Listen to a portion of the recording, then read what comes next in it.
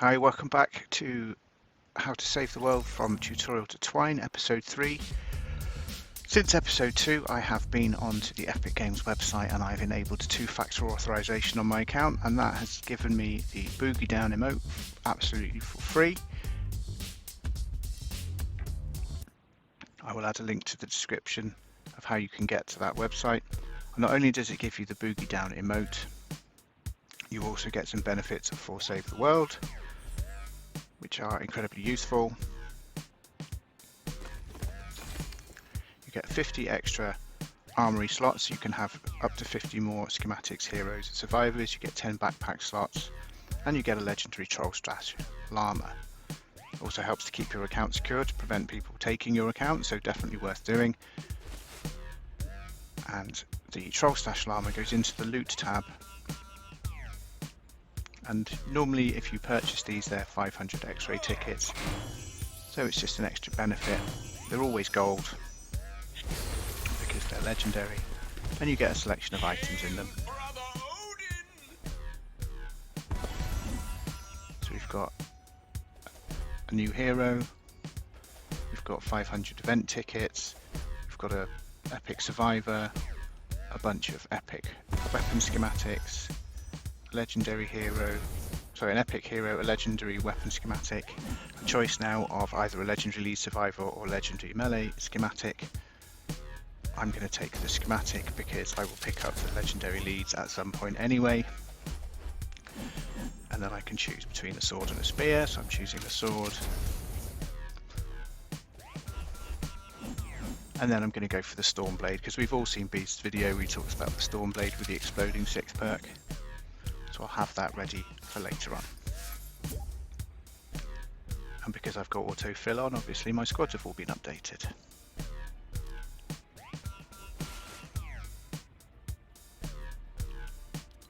Got a couple of mini reward llamas here from other missions. Might as well open those as well, get the gold out of those.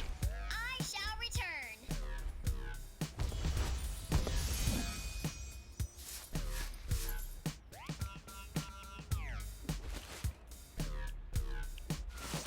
So you don't get much from the mini reward llamas, but they're pretty easy to get hold of. This is gonna be good. And it all adds to this pile.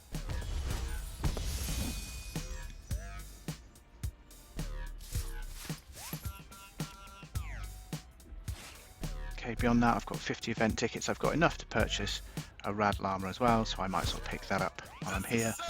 So the event llamas will switch out each venture season. Currently it's the Rad Llamas. Well, at the time of recording it's the Rad Llamas. So we get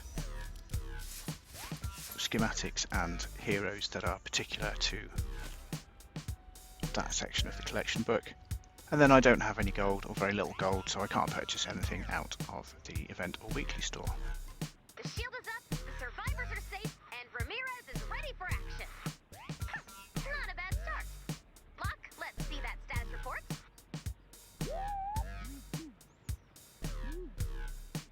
Okay, good reporting. Just one small note. Let's maybe try not to cry in the war room? Even if the storm is closing in and our power reserve indicators are flashing red, which is not energy efficient at all. But none of that matters because we've got Vindertech on our side.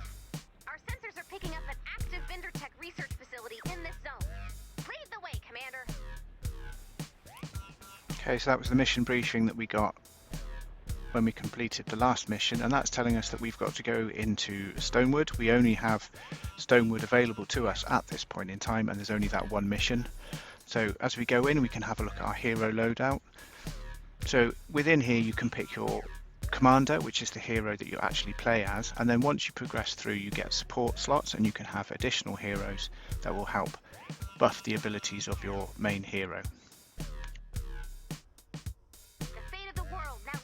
You, me, and some guy from tech support, who, let's face it, may no longer be with us.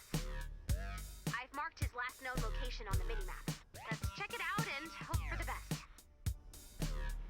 So in these early missions you will get additional information at the beginning of them. What I recommend you do every time you join a mission is just bash stuff as you run around, farm up, gather the materials you need. Cars are the best source of metal. They don't give you the most metal, but they will give you things like nuts and bolts, batteries and mechanical parts in addition to the metal. Similarly, when you're bashing, when you need wood, bash trees, because trees will give you planks and twine in addition to the wood. When you're harvesting, you want to try and hit that blue circle. The blue circle means you do twice the amount of damage, and so you harvest things a lot more quickly. And as you progress through, you can upgrade your pickaxe so that you harvest more things more quickly.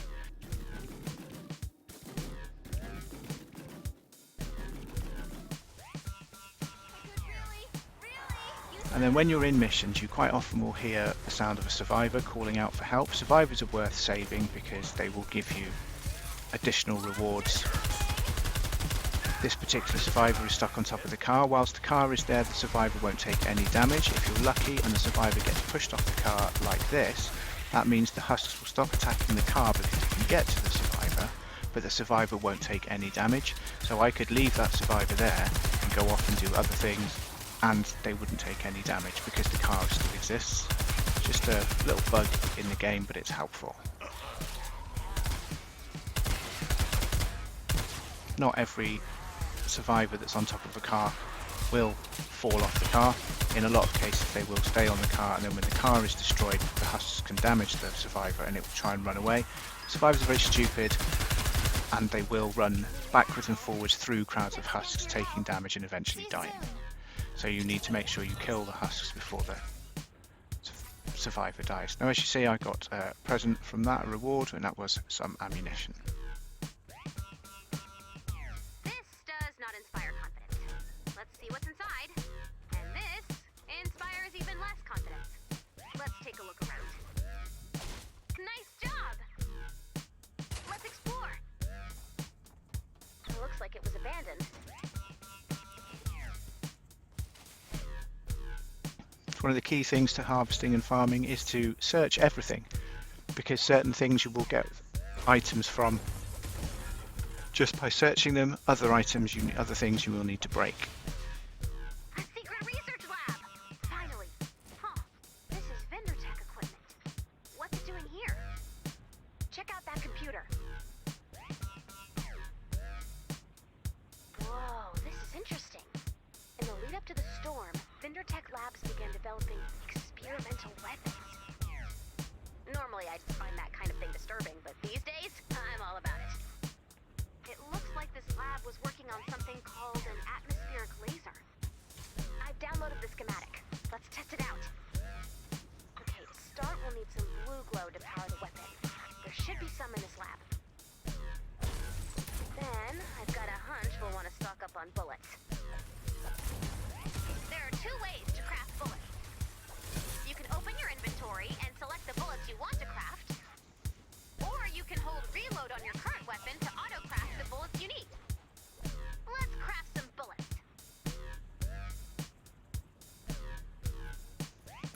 Okay, so in here I need to craft some bullets, so I can come in here, I can check the weapon that I'm using, see what type of bullets I need to craft, and then I can craft them. So I can craft up to 44 stacks of those, because that's either the maximum amount I can carry or the amount of resources I've got on the left hand side here. I'm just going to craft one for now, and you can see down the bottom that's crafted. The alternative way, as we've just been told by Ray, is to hold down your reload button and it will craft a stack of bullets. And as you can see, I need to craft 3 stacks in total, and there's the third one, and that's now completed that objective. And I have to go back now to continue to find 3 more blue glow. Handily indicated on the mini-map up at the top, because I'm close by to the blue glow, I can just run around and grab that now. And then whilst I'm down here, I'm going to break these computers to get the metal and the mechanical parts out of those. And then I'm going to harvest a bit more and run towards the objective on the mini-map. The item there in the middle of the pitch is the Atlas, the atmospheric laser that was mentioned earlier. There's the target. And that's what we're going to need to defend. Place the Atlas on the target, add blue glow, and wait. Sounds simple. So this portion now is exactly the same as any other fight the storm mission, you have this Way to go! box to defend. You can build around the Prepare for an box. attack from the west. Build some basic reinforcements to protect the Atlas. This storm will be stronger than what we saw at home base. Tells you from where you're going to be attacked. If you look on the mini-map, you can see the white highlight around the edge of the circle. You can edit what you've built to add windows, doors, or to change the overall design. When you're in the build menu, you can also place traps. If your structure takes damage, you can repair it using the same resource. So when I'm building for a fight the storm mission, I will usually build this kind of trapezoid, and the reason for that is it means I can move around it to take cover.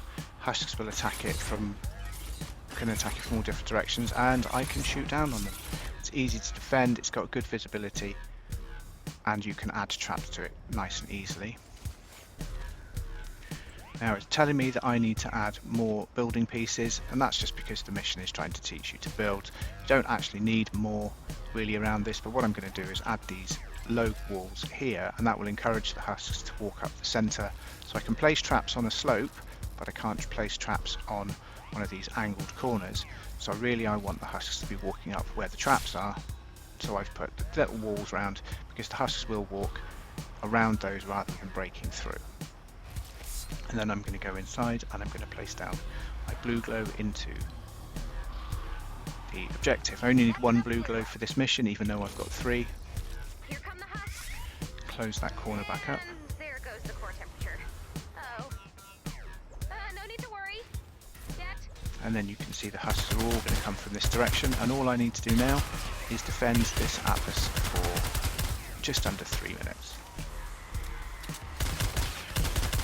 So most of the husks will be going directly for the objective. Some of the husks will be attacking me. And what I just did there was an ability that constructors have called Bull Rush. So in the same way that my Ramirez hero had grenades, this hero has the Bull Rush ability, where you can just pull out a shield and just charge forward and push things out of the way.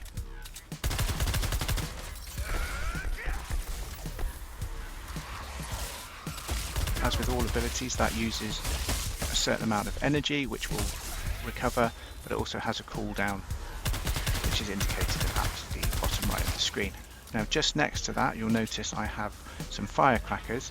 These firecrackers are a consumable. They won't be carried forward into another mission. If I don't use them in this mission, they will be lost at the end. They do very little damage. I'm just going to spam them to get rid of them, save my other ammunition. As you can see, the trap's doing quite a bit of damage there. But one thing I haven't done, which is a basic mistake, is I haven't put down my base. Now, because of my hero, my base will give the walls an extra 28% of health. So instead of being 100 health, they'd be 128, or instead of 200 health, they'd be 256. But what it also does is all of the pieces that are highlighted with the blue borders around them also have 60 armor, which means they will take less damage. Now every constructor's base will give the armor, different constructors will give other benefits to base or not. So I've placed those floors underneath, and the reason for that is the base has a connectivity of 3 tiles. It's not 3 tiles radius, it's 3 tiles touching one another, unless you have a hero called Mega Base Kyle who can increase that connectivity. But as I don't have any heroes in support, I've just got the basic 3 connections. So I repaired that wall, or that ramp, because it was getting damaged. But as you can see, very little difficulty in completing this mission. These early missions are toned down easy versions of the kinds of missions you'll get later on. And the Fight the Storm mission can have variants of up to 4 separate individual atlases to be defended. They all need to be defended at the same time, but you don't tend to get those kind of missions until later on.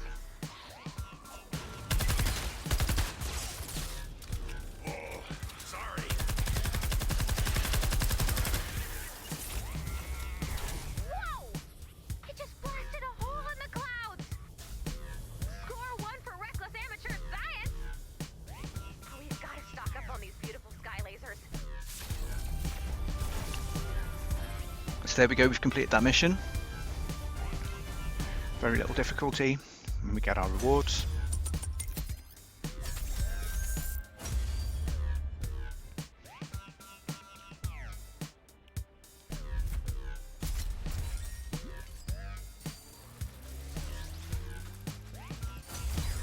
And not only do we get rewards, we also get our level XP, which puts up our level, and as we progress through our levels we will unlock things like research labs and the ability to upgrade our traps, heroes, schematics, defenders, etc., and also to update our gadgets.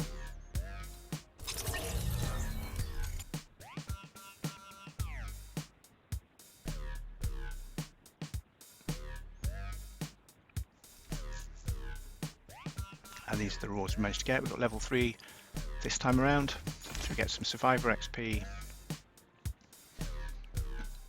we get some battle pass XP, some gold.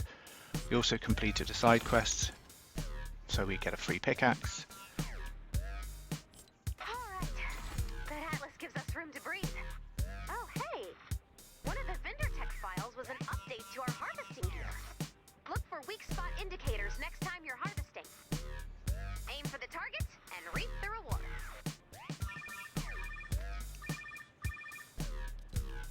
So there we go, there's our pickaxe upgrade, and it's just telling us to hit those blue circles as I did. Thank you for watching, hope you found it useful.